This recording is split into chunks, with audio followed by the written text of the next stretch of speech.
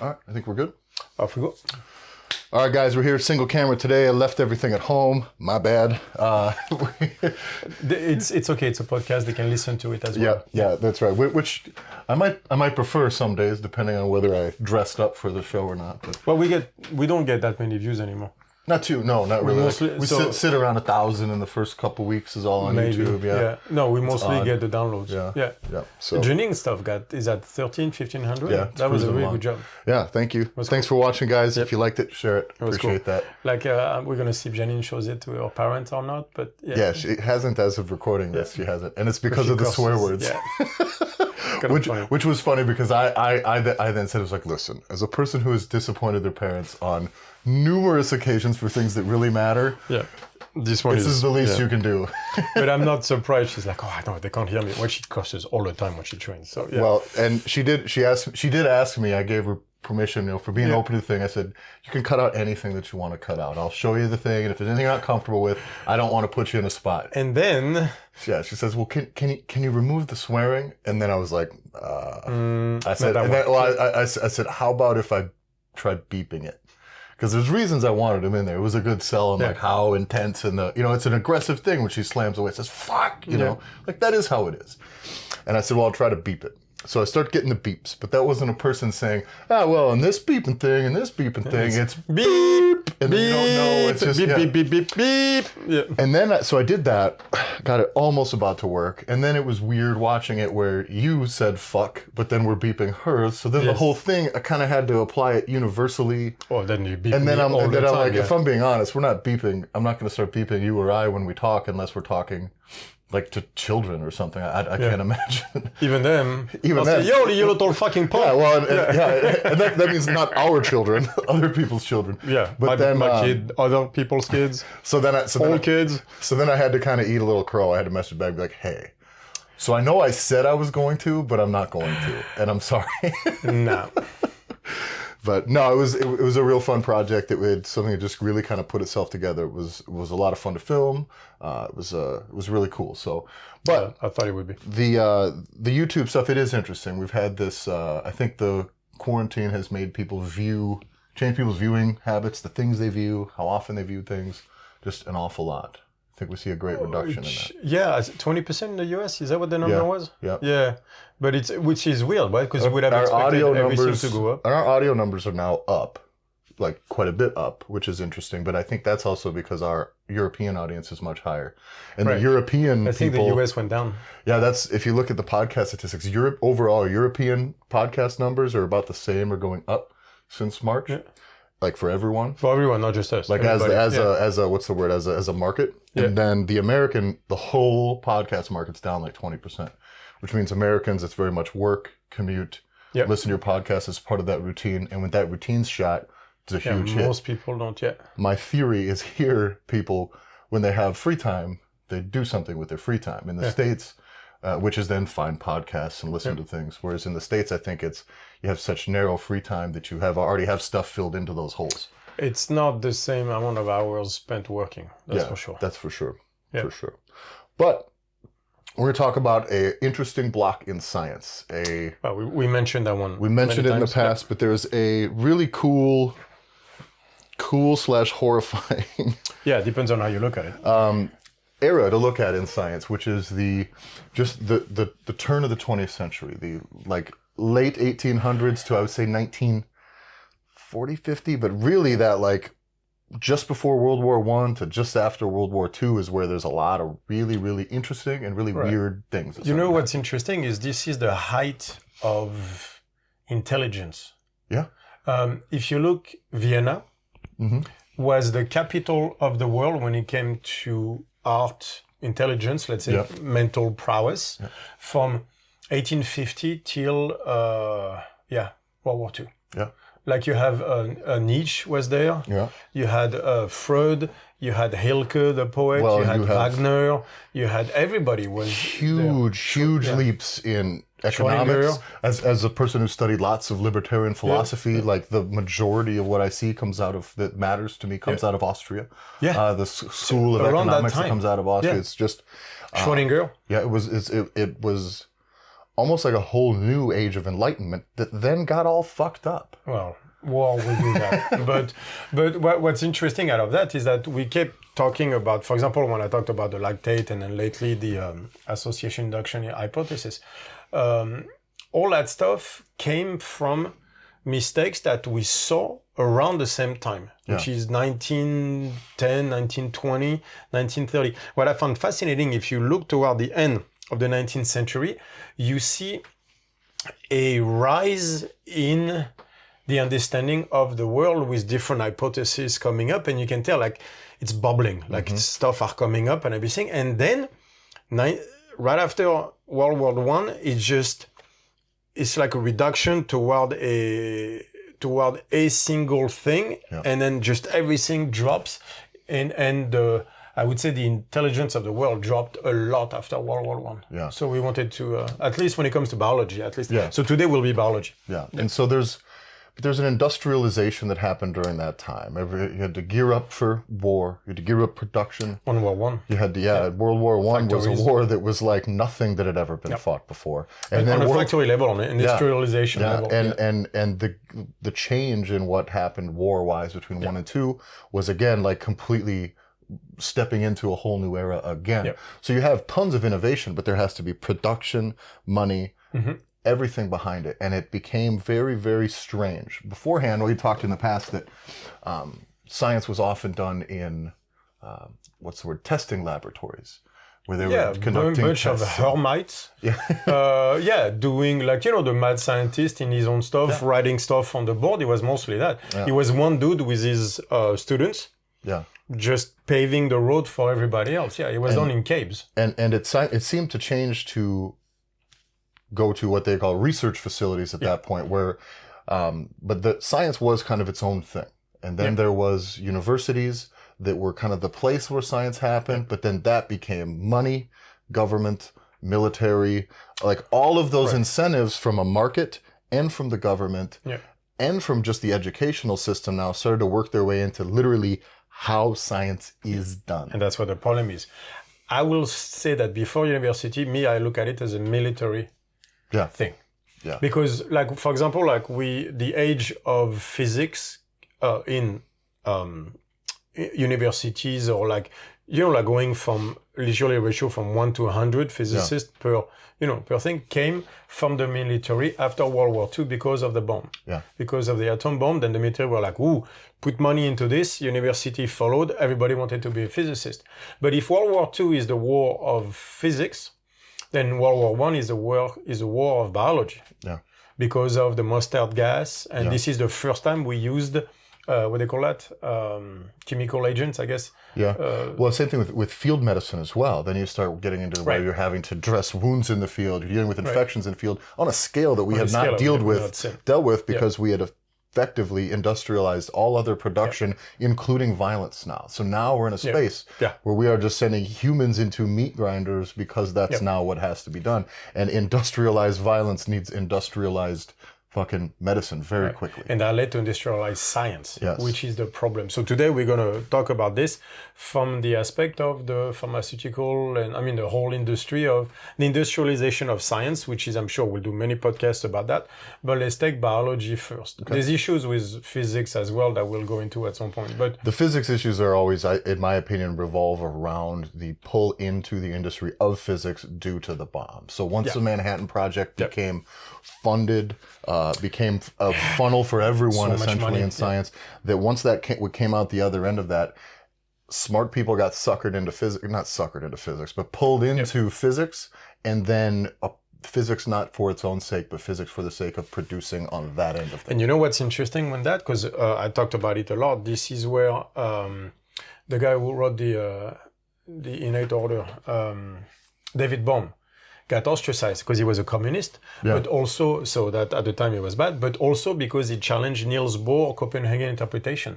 There were 60 years where you were not allowed to challenge Niels Bohr interpretation of quantum mechanics. Why? Because, see, this is what industrialization, industrialization of science, as in venture capitalism of science, ruins whatever it touches. It ruins science in the sense of suddenly the scientific mindset, which is supposed to be challenging ideas to see if they still hold back was pulled away completely. Yeah.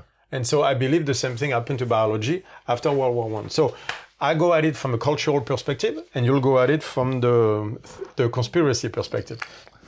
By the way, I do believe we are paying the price as a species from World War I and World War II still to this day. We just, because we feel it happened 100 years ago, it's gone. I do not believe it's gone. I believe there is a pessimism that I see in science, a refusal to see life as specific possibilities. So I believe there's a bias that is in science right now that is there because of a pessimistic, almost cruel view of humanity because of World War I and World War II. I think it broke something into the human soul that we are still trying to mend. You had mentioned too before that there's a lack of, it's like when they look at things now or beyond that point, it became we need to remove the beauty. We need to remove any intent or anything novel from it. Any beauty from it. Yeah. And remember when I said that the War of Troy was the start of the decline of the Eastern Empire toward the West? There's a part of me that thinks that's what World War I, World War II is. Yeah. It's a decline of the West. Yeah. Well, like it broke something in our psyche and we have not recovered. Well, and I don't know that we can until because someone else takes we've over. now stacked markets, government, education, and incentives now On into that. the same fucking thing, Yep. which you have these large loops that these bad variables and fucking perverse incentives just keep picking up steam. And that's why we keep look what they did last getting time. to the same problem, Exactly. explode, do it But again. I think, Same problem, but bigger. I think maybe that's why we stopped because if you look, we talked about this. I think the Western civilization has not progressed since the 50s, 60s. Like we've been stuck in progress, like we're making shit now, like iPhones, but science is kind of stuck. Everything is kind of stuck since the 50s, 60s. We made the podcast about this. When was the last big philosopher? Well, when was the last big painter, sculpture? There's some here and there, but not the people that changed, not like a Picasso, not like people that have changed our understanding of life through their art. When was the last one? Yeah. Like we do fucking movies now. Like writers are about fiction. Like when was the last? Where are the Nietzsche? Where are the Well, what you're going to see now is that movies, art, a lot of those things are now limited amidst the lockdown by what you can do now, which means now lower budget, lots of CGI. It's going to really narrow the scope with which movies can be. And I think art is taking a huge hit during this lockdown. It's going to be decades before it comes back to being something as valuable as it was a decade ago or 20 years ago or even 30 years ago. That I just think we're a long ways to go. But I was reading something today on the subject of biology, kind of, that I thought was cool, where he had said that, and to build on Schrodinger's stuff, he said, scientists and most people could look at almost any organism that they could see and using just fucking their goddamn brains know whether it is alive or whether it is not. Yep. What is life? What isn't? That is life. That isn't. From like almost anything that you could see using just their humanness. And when we start looking closer and closer and closer to that, we find that like now trying to define that becomes very weird and very complicated. And it's simply, you should just be able to know some of those things. I think there's a humanness, there's an intent, there's slight assumptions that are so forbidden that now science has become this thing that is only based on the filters of things that we can really measure, and that it really cuts things down to... Right. That's assuming that, but my problem with that is assuming that you have the capacity to measure everything, because there are things that exist that we cannot measure. Yeah. So that's always been my argument with this, is like, but you're assuming you have all the tools. So are we saying that until we create the tools, nothing exists? Yeah. Instead of that. Or, well, we're not going to talk about it. I'm like, okay, but then how are you going to create the tools to see stuff we don't talk about? Yeah. Can we speculate on it? And then maybe But if we can't speculate, how am I supposed to design? design the tool if I can't speculate? Yeah. So that's always been my issue with this. Yeah. Anyway, so we're going to talk about that 1910, 1920, 1930. So you can, my view is war has changed everything, but there was the cultural side of all this introduced a bias into biology, science in general, but especially in biology. You got at it from a more practical perspective. Well, World War I, leading up to and during and post-World War I, Germany specifically had science just locked down. Yeah. Locked They down. had that with physics too, by the way. And specifically chemical science, physical science, engineering they weren't just a little bit ahead, they were a long ways ahead. Man. And because of the way that they do things, the way Germany does things, these were very entrenched, very systemized, productive fucking entities. Yep. And what happened then post-war, those things were completely stripped, gutted, and removed and planted into the Before US. post-war, so let's say 1910. So Germany is in control of everything. Almost all chemistry at that point. Yeah. And then they had, they started to have factories, right? To create that. Yeah. So, and it just became, they had the market completely cornered. And so what were they producing? Like pharmaceutical industry everything already? from pharmaceuticals to, you got to remember, there's an era where chemicals weren't really used as part of our lives here. Yeah. Things like soaps, detergents, solvents, paints, I forgot. like everything involved in cleaning supplies, antibiotics, every single thing involved in chemical or chemistry or production. Because they didn't have antibiotics yet. I found the penicillin it's 1920. Yeah, and I think you had at that point, what was the big one? I don't even remember if it was. Doesn't whatever. matter. Yeah. During that era, though, those companies basically just were producing everything. It was a big problem in the U.S. Patent law in regards to science was very strange around then. Patents were supposed to be designed to protect a product, right? I create a product.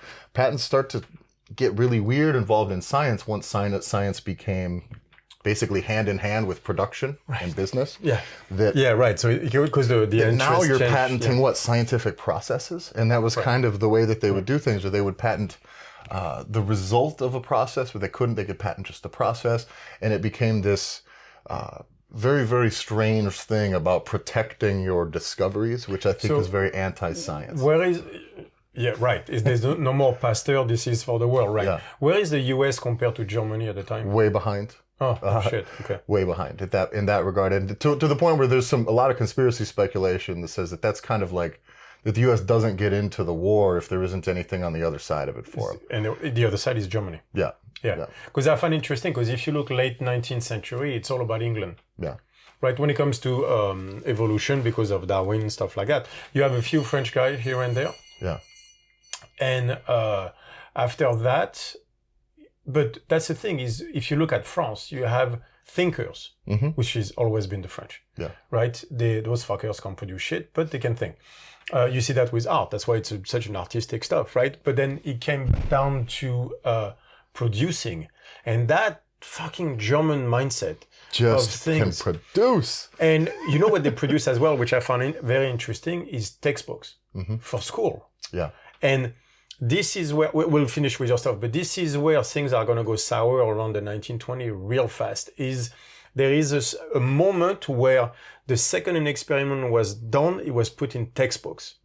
And that's a problem, because it was almost sometimes even before it was truly, hadn't been fleshed out, wasn't. And textbooks, and then the second it's in textbooks, you cannot change the shit anymore.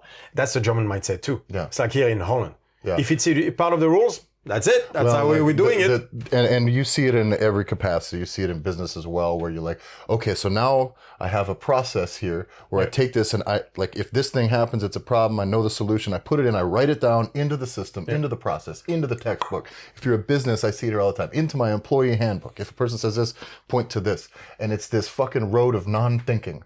From that point. And the moment you get to that, I want someone else to say this, to put the flag down, and then I can point to that flag next time I need to know what to do, and I don't need to think about it. And from there became these, again, we've talked about the flawed, incremental little steps of the narrowing of how everything went. And that went towards production. And post-war, a lot of those companies were basically taken over, scattered, patents completely lost. Okay, no, let's explain this. So the Germans lose World War I. And then the French, the Brits, and the Americans get in and dismantle every single factory that was on German soil to put them back into their place. And so Germany loses still as a scientist at the time. Yep. But they lose every single factory they have. So all the capacity of those pharmaceutical now are being shipped everywhere else. Yeah. Right. And so they still have the scientists, though, or they probably usually at that point. I think at that point, I don't think it was as big of a exodus as it was in World War II. World War II, and so the scientists are still there. They're still working. And what I find interesting is this is around that time that I see. So at the time, you had that push from the English all the way, but then the stuff is scattered, and you see the inclusion suddenly of scientists from everywhere that I think now have more capacity to do. First of all, the experiment themselves, and then more reasons to do because now there's a factory in the back, a pharmaceutical industry, something being developed thanks to the Germans. All of the pathways towards product production to a market also were already in place then at that point. Once you take over those types of things, it's very easy then to be a science because the channels will fund very quickly towards money in production. So when you do take over an entire market, basically like that, or you redistribute an entire market like that, it's kind of the only way that it's going to happen is everybody's going to get in and lean towards the quickest incentives that they can find, because that's why you're there to fucking begin with. You don't get to that point and then start playing the long game. You get to that point and get moving forward. That's venture capitalism in action, right? Yeah. And so, so Germany has little left to the point where I remember, like, at some point buying bread was like 3 billion Dutch marks or something like that. This is why Hitler rose to power, is because France, England, and the US pilfered the country to oblivion. Yeah, completely. I mean, it was essentially, it was economic looting. It was sanctioned looting by foreign countries. And then it was, from that moment, World War II was inevitable. If it was not Hitler, somebody maybe less bad, but with the same, the actions were going to be the same thing. There was going to have to be a lashing out, because that was not a tenable solution. Yeah, this is why my grandfather fought for Germany back into Europe. Yeah, so my grandfather was a very famous political man in France, and he was one of the leaders of the resistance. But he was also tortured. He was in Buchenwald for 18 months, but before that he was tortured personally by Klaus Barbie. Remember that name, Klaus Barbie? He was one of the Nazi butchers, one of the very high levels, and he was. There was an entire not lawsuit, but when you got prosecuted, right? My grandfather was one of the witnesses. We're talking when he was 80, right? Because Klaus Barbie said never tortured anyone, and then my grandfather was one of them. We actually personally tortured. Yeah. And so my grandfather's political career started to take off after World War II and stuff like that. But he fought to bring Germany back into Europe. Yeah. And since he was in Buchenwald for 18 months and he was tortured by the Nazi and everything, his position had a huge impact on that. But people asked him... Because you couldn't be pointed to as a sympathizer. Exactly. Yeah. And so they were like, why would you want that? He was like, because if we pummel them again, then it's World War III coming back. Yeah. He was so he wanted to make sure that Germany would not suffer, economically speaking, like the mistakes they made after World War I. And there's a certain amount of game theory that I think people miss often. And this is a thing that I see all often today with things, people wanting political movements, political change, all those things, is if you take an action, if I take an action, and I know that it puts the ball in your court, and that most likely the right reaction for you, it's going to put you in a situation where you have to, let's just say, punch me in the fucking mouth. Yeah. You know what I'm saying?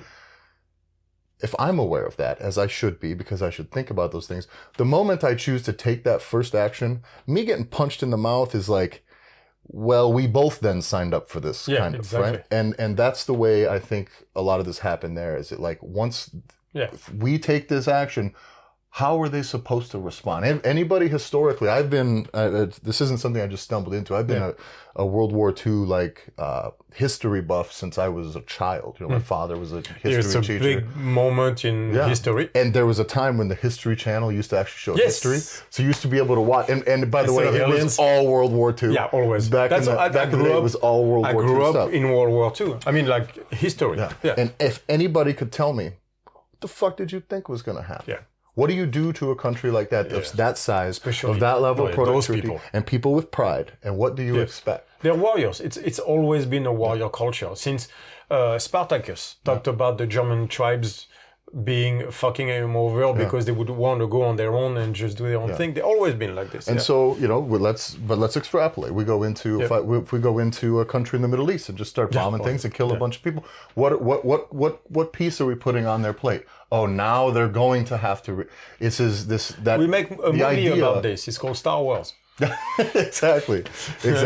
But let's get back to the biology side of things there. So we have a mess of incentives. We have a market completely disrupted, but we need industrialized medicine, science, chemistry, all of it. And there's money to be had. And there's a new and kind of unregulated, unwalked path as far as university and research. So it's the birth of the pharmaceutical industry then. Yeah. Around that time. 1920, because it got spread out. And by the way, then on top of it, I think what happened in World War I is that biology was proven to work in a most horrible way. I don't know if you guys remember, but this is a mustard gas. Yeah. World War I was when suddenly we did horrible things to our neighbors. Where all the chemical warfare started then. The Geneva Convention came after that shit. Yeah. Maybe not Geneva Convention, I remember but like the whole, like you can't use chemical weapons comes from World War I because the mustard gas was so bad. There was a few like this. So biology got proven to work. Got proven to be extremely effective. Yeah. And so this is the start of the pharmaceutical industry. And so now, how does it apply to science? Well, now you might be tempted to cut corners a little bit on the conclusions, like we see on studies, where suddenly, even if it's not a conspiracy, suddenly when you do something, you have to explain why you do it. Yeah. You can't just do science for the sake of knowledge. Yeah. It has to be science for the sake of producing. So that means now, whatever study you do has to have a point toward the industry and a conclusion that tells the fucking venture capitalist, this is what I can do with that. Yeah. Which is what I see in most studies today, where they always talk about, like the melanocortin axis, and then they had to touch it with obesity and high-fi diets. I was like, that's not what you studied, though. Yeah, not at all. That's not what the study is. Yeah. Like, it has nothing to do with that. But that's what you see in most conclusions, is the need to put it toward, there is a reason for that study from a money perspective.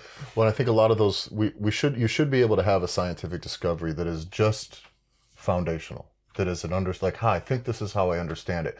Based on this understanding, why can't I find out something else that is foundational but without a specific application? And then something else. Because at some point, you might build the foundation of something that is paradigm shifting. Instead of going from boats to bigger boats, to aircraft carriers, to submarines, to fucking little miniature submarines that have torpedoes underneath them. Yeah. And then you have this whole new system of warfare that's stupid and is just now like, let's all just get in our metal boats into the middle of the ocean. If aliens come down and watch, there's a new movie called Greyhound with Tom Hanks. Did you see it? No, I didn't. It's on Apple TV. Yeah. It's a dad movie where like I think there's a woman on screen for maybe like 2 minutes, and there's it's like a love interest that comes and goes, is never brought up again, and it's just he goes out there and he's a battleship captain and they're hunting the U-boats and it's just it's very box checky thing. Yeah. But I'm watching this whole thing, and when they're showing some of these scenes, just like if fucking aliens flew into this planet right there at that moment in World War II, we're like, what the fuck is wrong with these people? They got boats underwater shooting at boats, trying to shoot over water. Then they got boats above the water, and then they're driving around, they're dropping buckets around, and they're just pinging water back and forth, and it's just like, why'd you guys go all the way out there to fight? Yeah. It's like, oh, well, we're going to shoot so they can't bring food over to the, and it's like, Jesus Christ, they can't grow food. The whole thing it's what a, I could look at that and go, what a fucking waste of our goddamn resources as human beings. Look at the complexity of systems going on in submarines, the way those people live, the lives, on big ships, thousands of people, these entire floating cities, for fucking what? And that's a piece that never sat right with me. And I see a lot of science just going in that direction. It's just fucking, that was war for war's sake. War systems for war's sake. Well, and it's we a found system science just continue feeding itself. Yeah, and now we found science, but not even for the sake of science. Yep. Just science for fucking war's sake. Yeah, because science was epistemology. Let's find the truth. Yeah. This is what the Greeks, foundation of the Western system is the Greeks. And that's what they told us. So science for the sake of truth. And then I'll give a practical example why it's a problem right now. Biology keeps pushing into like smaller and smaller. To me, from a cultural perspective, this is past the crazy, like pharmaceutical birth of pharmaceutical industry that pushes things a certain way. I see a cultural aspect of the end of 19th century where we want, where science is fighting religion still, and they want that fucking idea of life force to go away from biology. Yeah. That's late 19th century. We're still, because there are things we could not understand, we still don't know well, so they put the life force idea. It was called also vitalism and stuff like that. And they were like, okay, stop with the supernatural shit, right? We're going to do science. And so there was that. It led to a bias where that idea was you're not allowed to bring intent or anything that is not measurable until we can figure the shit out, which was to a large degree honorable. It was a great way of doing science. Do what you can with what you can understand in hopes of understanding more. And stop putting more. Other shit in it. Yeah. Well, the problem was stop putting other shit at some point becomes a bias in itself. Because you're assuming that there is no other shit. Right, exactly. Yeah. And then on top of that, you put World War I. And now you see suddenly on a large scale, the horror that science and humans can bring on each other. And to me, what I see now is a pessimism bias in science, especially in biology, where there's a refusal to see, they're almost willingly blocking anything that is not right there, but referring to a better time, which is pre-World War I. Yeah. So what I see now is almost like there was a golden age of the Darwin and then the, 19th century finishing. And we're going to hang on to whatever mentality they had then, to the point where now we have all they do in almost to prove that there is nothing outside of chemical reaction. They go deeper and deeper and deeper into chemical reaction. Where do I think we have a problem now is, even though Schrödinger talked about it in 43, 44, we are not adapting the concept of entropy and all that stuff into biology. Correct. This is where I'm like, I just do not understand. This has been proven through quantum mechanics. So physics has proven all this, right? There's an entire concept there. The stuff about information, Leonard Susskind, Paul Davies, and that stuff is not being applied to biology. Yeah. Thermodynamics, which we have since fucking Isaac Newton, is not being applied in biology. That should raise red flags. You can make left or break many, many, many theories. You see it all the time. If they do not work out, if they violate thermodynamics, then it kind of is the end of it. That means it's not working. And to not even run some of these things through that lens is insulting. Is insanity. Yeah, it's such bad science. Now there's something interesting that I noticed too. Yeah. That around this time, between 1920 and 1940, what happened was we also became very good at synthesizing single items. That is very true. Specifically vitamins. What happened in this era was there was problems. Penicillin. There's problems with nutrition and things like this that made us very ill because we did not understand it.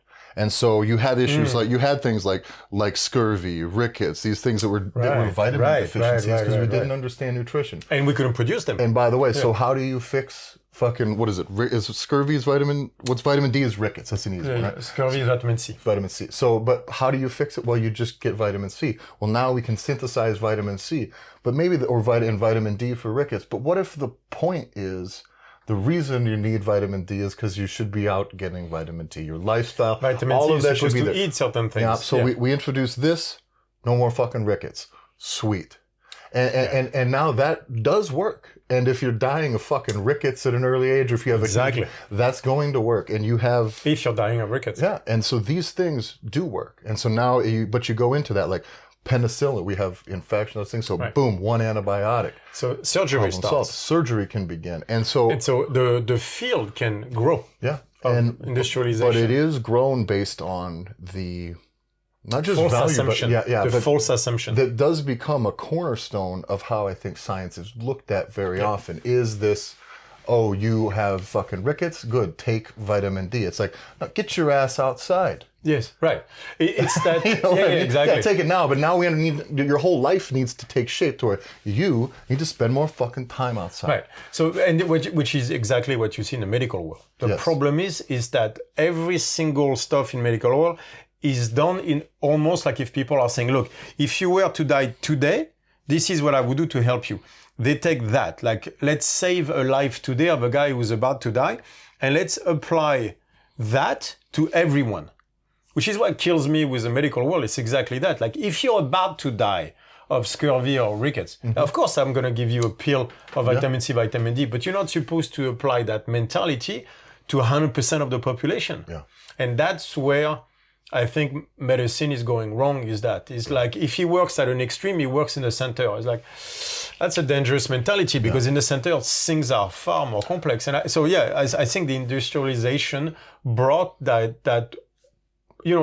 one pill, one substance at a time kind of thing. Look at what the industrialization of penicillin did for the medical world. Suddenly you can have all the surgeries you couldn't have before. So imagine the progress medicine made. You could get injured, cut open, and not die. Yeah. But so that means that suddenly doctors can do surgeries they couldn't do before because the risk was so the progress medicine made because of that industrialization of the pharmaceutical world is very necessary but also brought certain issues. And so the way I look at it, though, is that mindset was needed. That mindset got us there. Yeah. It got us here. We had these discoveries. Objective based. That we have to fucking have, though, at some point. Yes. You have to have based, you need to have some. Yeah. But that still needs to be on the micro. Exactly. Objective based on the micro, constraint and the based on the macro. Is exactly. And I think that you get into that, and that mindset got us that far. And then we thought that doing that mindset harder or for more money or more often is going to take us to the next level. And you have to fucking undo that approach. And you need to go back to looking at macro. Everything. Yeah. And I think that's what those two worlds did to us, is they got us stuck on the micro. But again, so we can tell, like, from the logistics alone, how going to an objective-based mentality at that time led us astray. But there's a part of me that still sees the cultural impact of those wars on a bias toward pessimism. I bitch about the French all the time. Yeah. Because I think that when I look at where the French culture is now, is what they need. It's not a savior, it's a winner. You know what I mean? I think there's a pessimism now in the French culture, where I think that's where they bitch all the time, because they mostly see the negative. Because then you're not disappointed, you're not, you know what I mean? Like, there's like, look, we're not that good. We're going to stay here because here we can't be disappointed, because looking at what happened in France with the Vichy government, giving up all the French Jews to the Germans, 6 months war with the Germans and they quit, the participation with the Nazis when they were in Paris, in the north of France, all that stuff. What happened after the liberation, where suddenly they kill people on the street just to steal their stuff, calling them Nazi sympathizers. This like stained the French soul to the nth degree. And now what France needs is a winner, someone who brings that, who breaks the pessimism, right? Yeah. But not from let's be optimistic about the future. Let's be optimistic about humans. Yeah. And this is a bias that I see especially in the medical world and biology, is it's confusing pessimism with realism. Yeah. And I believe that's a consequence of the two world wars. And of course of the industrialization of the pharmaceutical world that also led toward an objective-based mentality, and venture capitalism. That's been the rise of capitalism since then. But those two together, I think, make for a very dangerous combination. Yeah. And I see science paying the price for now. I see a lot of bad science. Yeah. Well, what else happened in that same time is it became the rise of marketing. Marketing... That's true. Using the term propaganda is a bit played out, I think, because frankly, everything is at this point. Because if I want to sell to an American, I want to appeal to their values, their specific thing. And that does require a bit of pandering to official natives or official narratives or the heroism concept, or there's a lot of very fundamental things in marketing that come up where these ideals get cemented into a culture very quickly. And they stay there, and it's, as a person who's come up out of where they live and live somewhere else, it is very interesting for people. I think I implore everybody to try to figure out what of the things that you think are you. Yeah.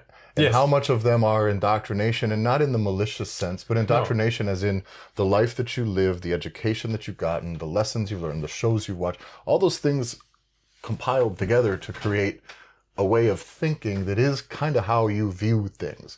And how much of it is Hollywood? And how much of it is, and so I find here my inclination for my reactions to something like, oh, that's not me. You're like, oh, fuck, damn it. And I thought it was me, and it never was. And you have to like, give yourself the opportunity to understand that. And you is a lot more blurry than you understand. People don't. It's probably a lot smaller than you think. Especially the way you think is very much your opinions not always you. are usually not you. Yeah. That's where it kills me when I see people so convinced of their opinions. I was like, if you want to make progress, that's the first thing that has to go. Yeah. Is your opinions are most likely not you. Out of all this marketing and all that stuff, another player that I think is being either downplayed or underrated in his importance to me is Hollywood.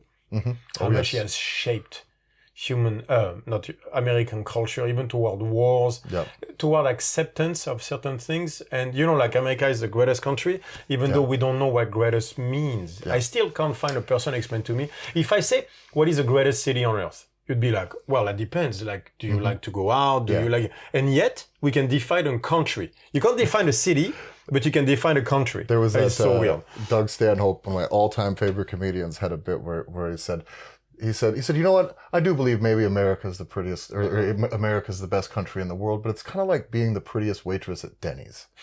Like if the amount of progress we have here, are we standing at the top of some really, like is second place like this? How awesome. Like at some point we're just a fucking pile of countries and people trying to figure it out. To assume that you have it figured out is the most foolish thing. That's the thing, is I don't even know what he means. To assume that you're even, that any system is good relative to what is possible. Yeah, exactly. Even is fucking insulting to fucking the universe. I just could never figure out what it meant. Yeah. Because everybody seems to, you know what killed me? Everybody seemed to be so convinced that they knew what greatest means. And I was like, I don't even know what the sentence implies. Can you explain to me what you're basing that attitude on? And no one ever can. Yeah. It's like opportunities. I was like, Hong Kong wasn't bad in the 2000s. I mean, there's always been like, that's always what. So and honestly, I'll blame Hollywood for it. For sure. Yeah. That idea that, it's always. Well, and those things all came up at the same time. Independence Day. Yeah.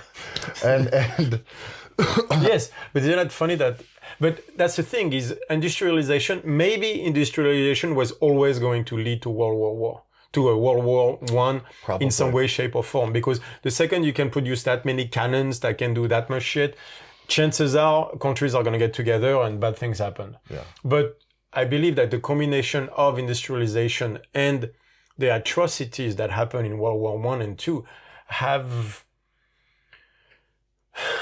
shaped the Western world in a way that is, I believe, dangerous. It might be the decline of the Western civilization. It's okay. The Eastern will rise and they'll fuck up and then we'll go back up and stuff like that. But I do believe we do not understand how World War I and World War II have shaped us and unfortunately how they're shaping science. Yeah. And I find actually that the most dangerous thing of all. Well, because in the end of all of these, it's not even necessarily cyclical, but it's waves, if you will.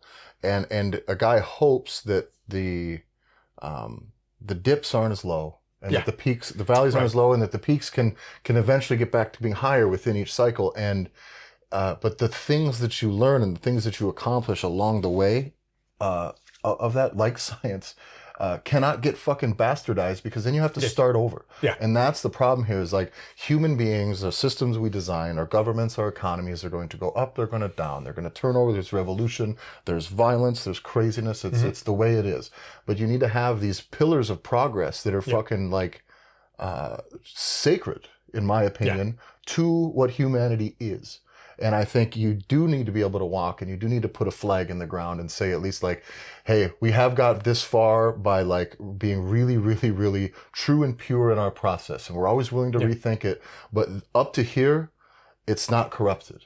And I'm afraid that when I look at things right now, I got to go back real far before I can get to a point where I don't think it wasn't corrupted by bad incentives. That's the thing. That doesn't mean it's all wrong. Good science. It means a lot of it is. Science. There's no good science. It's either science or it is not. Yeah. But science is a mindset of being able to look at certain problems, and, you know, it's prediction versus observation. If I look at that, I look at Einstein, I look at Schrödinger, I look at people that were, it's 1940s. I mean, it's anything past the end of World War, it's already different. There's been great scientists since. I'm not dismissing this fact, but the process of thinking about science, if I look again, quantum mechanics, which was the best theory we've ever come up with wave function, right? Already got tainted by the political problems that you see with the Copenhagen interpretation right off World War II. Yeah. So to me, World War II I'm afraid, has broken the correct scientific mindset. There is an interesting thing in a bit of my research here that I thought was just cool. It's not cool. It's fucking horrible. Yeah, but exactly. Yeah. But the advances of what we've done in science, supplements, vitamins, how that's been applied to nutrition, because it's all been done via the pathway of the market. The way that it is, of finance, if you will. Basically we have this, they call it a double burden, where now we have the ability, we have the understanding of all of these deficiencies, vitamins, and all this stuff like that. So we have that burden where we know what to do. But we then produce a bunch of food and shit that runs counter to that. Right. And then, so you have in these developing countries where they already are in a pinch for the deficiencies and things like that. But we do have modern, not quite centralized, but global food supplies that is very centralized. And once that starts to reach into those places, it's like, oh, remember how you were malnourished because you were starving a little bit? Well, now you have they basically go from one form of malnourishment to the modern form of malnourishment, which is poisoned via all of the food that they get. Yeah. And it's like that whole process of helping has just skipped those people. Right, but you see that I was reading something about modern dentistry the other day. Yeah. And the quality of teeth has been going down like all the time. Yeah. And since industrialization, it's only gotten worse. So so malnourishment is obviously is getting better and getting worse at the same time. Well, and I'd be interested to see some markers where it's like, as a population, since the advent of pharmaceutical medicine, are we healthier? Are we less depressed?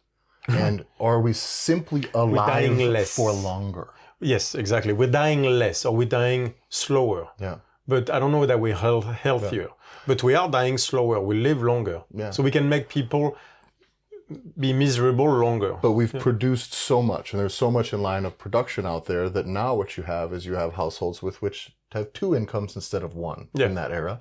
And yet you don't have any extra money, and you still have the same house.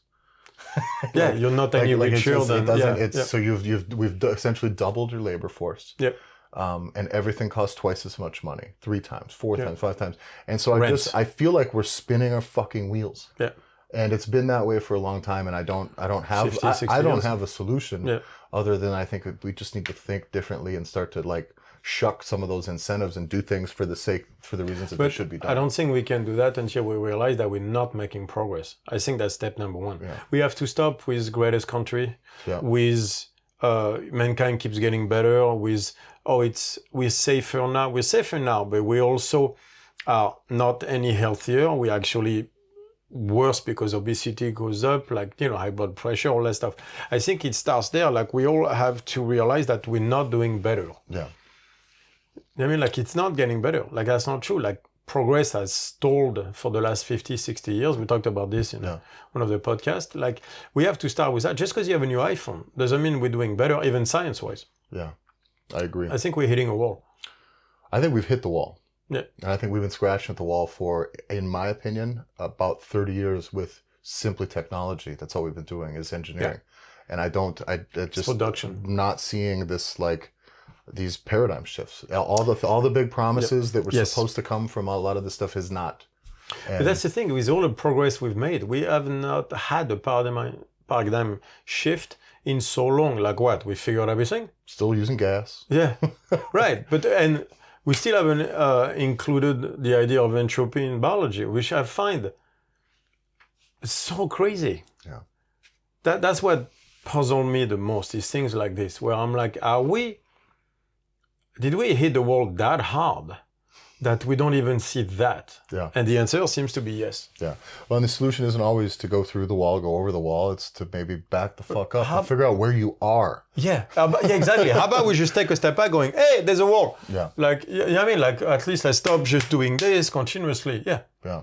Well, and there is a point where you can't just yell about a problem and focus only on a problem, the problem. Sometimes you have to zoom back and present yourself to numerous different possibilities for solutions and start walking towards any solution, just fucking anything. But I believe this is, again, a victim of the pessimism that we are still facing. Yeah. I don't think we're out of World War II yet. Yeah. I really don't. As a Western soul, I don't believe we are. Yeah. Well, guys, I think that's got us about wrapped up for today. Another concise one for you, but thanks a lot for listening. We'll see you guys soon. If you want to support the podcast, head on over to podcast.strongfit.com. There you could donate or join the YouTube channel. Also, go to strongfit.com. There you're going to find our online courses, education, and all of our seminar dates should be there as well. Head on over to strongfitlibrary.com to keep up to date on everything Julian's been working on. And follow StrongFit1 on Instagram and Tyler F. and Stone.